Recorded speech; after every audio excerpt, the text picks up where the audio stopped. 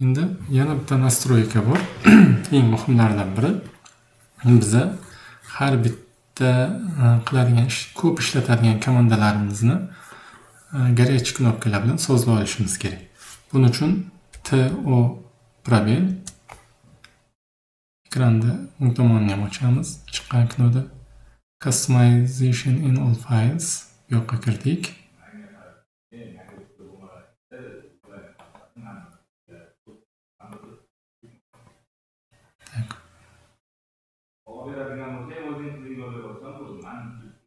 Keyboard shortcuts, shortcut keys ochamiz va bu yoqdan endi qidirib boshlaymiz.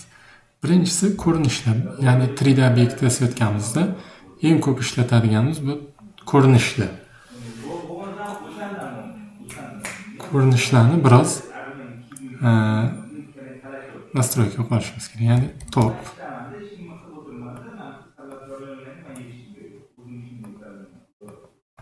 Shift T. Okay.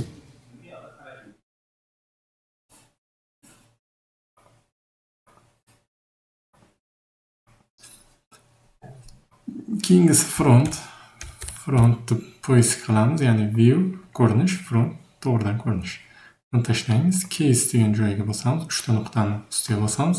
Shift F, ya'ni front bosh harfi va shift birikma. Keyingisi left topamiz, tepaga bordik, qo'shdik. Qilamiz shift L. Endi xuddi shunaqa top, front, left, endi right.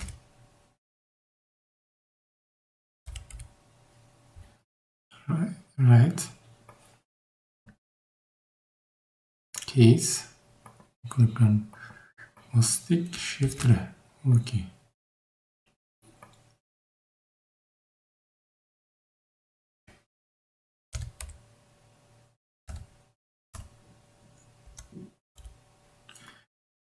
Endi view back bizga kerak bo'ladi. Yoki mana bunaqa qilib qidirsak ham bo'ladi. Ko'rinishlar hammasi bu yoqda o'chiramiz. Mana ko'rinishlarga tegishli bo'lgan faqat komandalarni ko'rsatadi. Orqa tomon back olib bordik, belgiladik, shift B. Keyingisi all komandasiga turaversin. Izolyatsiya qilib qo'yish. ISO, ya'ni vaqtincha obyektlarni yashirib, vaqtincha yoqib ishlashimiz mumkin. Isolate object. Buni tepaga borib qo'shdik. Shift 1.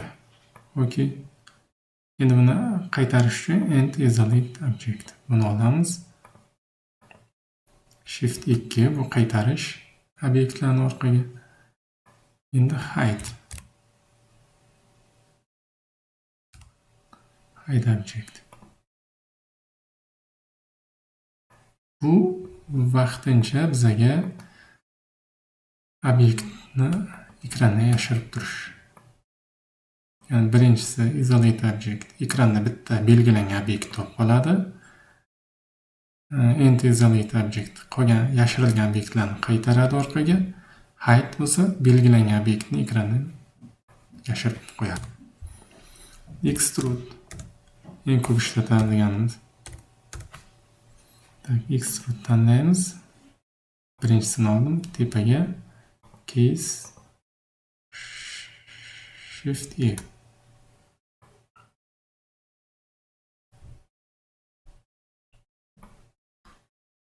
Keyingisi extrude face kam ishlatiladi, ammo ishlatib turiladi. Bunga biz Ctrl E ni bosib qo'yamiz.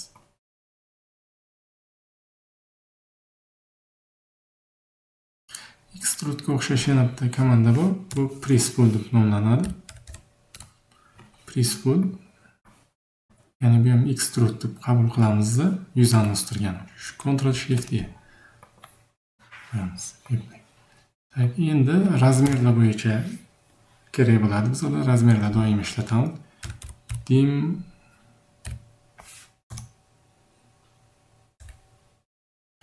Birinchisi chiziq oddiy 90 gradusli razmer qo'yishni topamiz va mana bunaqa graduslarda razmer qo'yish. Ya'ni birinchisi graduslarga razmer qo'yish chiqdi. Shuning uchun sразу настройка qo'yaman. Ctrl Shift D, ya'ni dimension bosh harfi bo'lgani uchun keyingisi liner deganini tanlaymiz. Dimension liner. Ikkisi.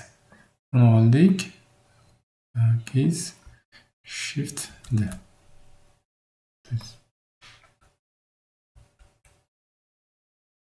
Shift D. Okay.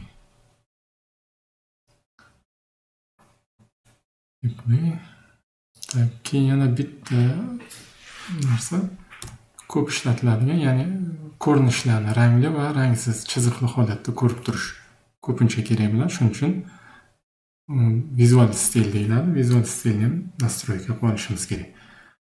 Buning uchun VISUA vizual stil degan so'z bosh harflar yozamiz. Bizaga mana vizual stil 2 wireframe. Buni tanlaymizda Shift A. Nimaga Shift A? Qo'limizga yaqin bo'lgani uchun ishlashga oson. Ikkinchisi konseptual, ya'ni rangli ko'rinish. Buni tanlaymiz. Shift S. Okay. Okay. Buncha asosiy настройкаlar shulardan iborat. Ko'rinishlar, ekstrudlar, razmerlar va asosiy ko'p ishlatilgan narsalar menimcha tugadi. Shuning uchun okeyni bosib chiqib ketaveramiz.